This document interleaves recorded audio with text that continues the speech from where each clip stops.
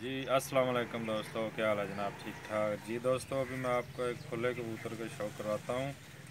ये तकरीबन 6-22 तक इसकी परवाज़ें हैं माशाल्लाह। ये भी टूर्नामेंट में उड़ा है और बहुत अच्छा उड़ा है।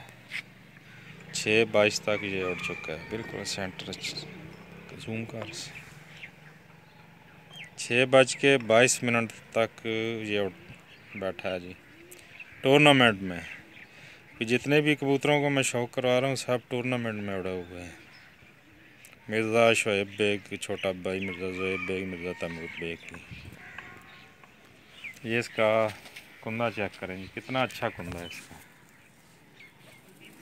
तो हाथ तक हुआ है।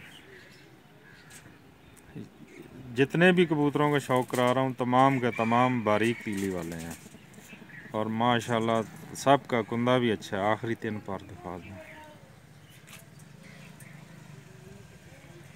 बहुत अच्छे कुंदे के मालक माशाल्लाह। इसको खुला कहते हैं हम। नीले कबूतर में से वैसे बना हुआ ये दोम है जी।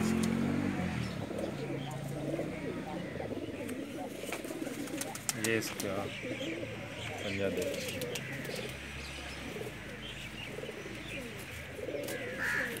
बॉडी शेप देखिए।